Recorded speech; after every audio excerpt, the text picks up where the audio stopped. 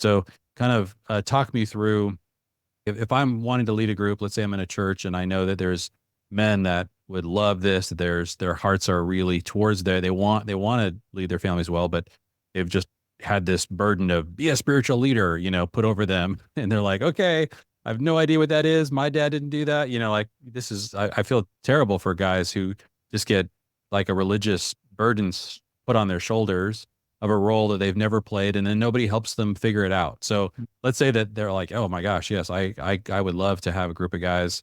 I want to make sure that guys understand like how to get this thing going. I think that you're catalyzing something in your area that is gonna, have a ripple effect. I think one thing I would love for you to maybe help people see is what are these 7 issues, just to kind of maybe tell us what they are and then say one thing about them, either the tool or the concept that is focused on, because I do think you've got a really good distillation here. And I think that for me, when I read that, that's when I was totally sold. I was like, oh my gosh, yes. I'll jump into the 7 weeks here. I mentioned week 1 is on team.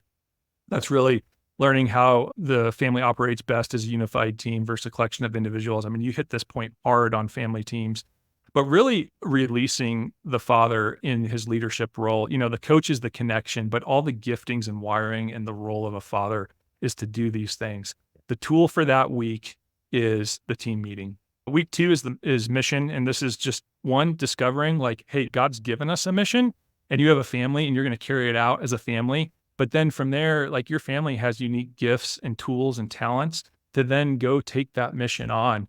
And not only do you get this mission, but you have the privilege and enjoyment of sharing it with the next generation and so on. And so this is like mind blowing when a father realizes that he can actually have something that outlasts him. Now the mission, or I'm sorry, the vision becomes more compelling than everything else that they've heard their whole life. Week 3 is identity, and this has been such a game changer. This really starts with the heart of a father and like where guys are wrestling, like who God says they are, and understanding sonship, because every father's a son. And when they connect with that, then they can better communicate to their children their identity and start building and shaping their children in who God says they are. The action item there is starting a spiritual rhythm in the home, but also there's a list of probably 70 verses about identity building verses about who God says you are. And what we do is we give every guy a copy of this and we say, hey, start teaching your children who God says they are.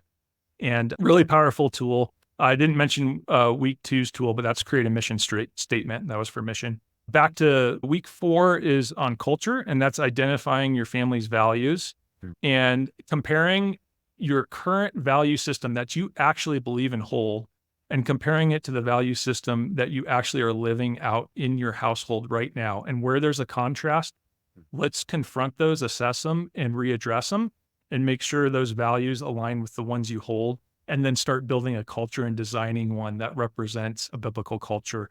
And, we get into like what culture creation is. A culture creates trust, belonging, and purpose for each person in the household. So a father gets to do this. This is exciting. Like this is a role we get to do. The tool for that week is through your family's values. I think you guys use the word pillars. There's very similar idea there. Week 5 is training. And this is, there's a couple things here. One, it's being released as a father to really go make disciples of your children. Like this was critical for me because I had so much training and language around discipleship being missionary based my whole life. And at some point, I just felt like disconnected and I felt released to really pour into my children in a way that I didn't know existed. And so we hit that and we just say, hey, make disciples, because you're going to actually train your kids in discipleship and they're going to go out and make other disciples. And then we also just get into training period, like the most underutilized tool in a father's tool belt, but yet the most effective tool. Yeah. And just how we can actually use that and take it home. And man, this one thing alone can transform a family. So amazing the way God designed all this. Week 6 is rhythms. And that is syncing up with God's already designed rhythms that he put into creation and how we can actually mirror and align with that to help our families flourish, to incorporate all the tools and things that we have learned over this time together.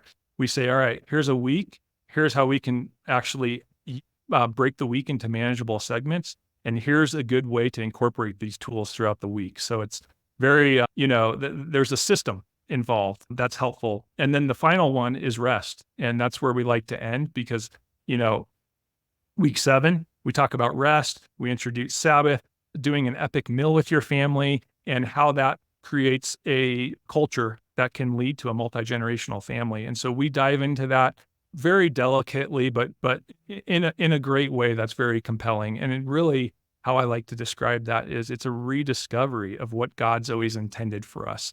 And it points a picture of the gospel every week to our children. It gives us an opportunity to bless our family, to bless our wife, to bless God, to bless our children.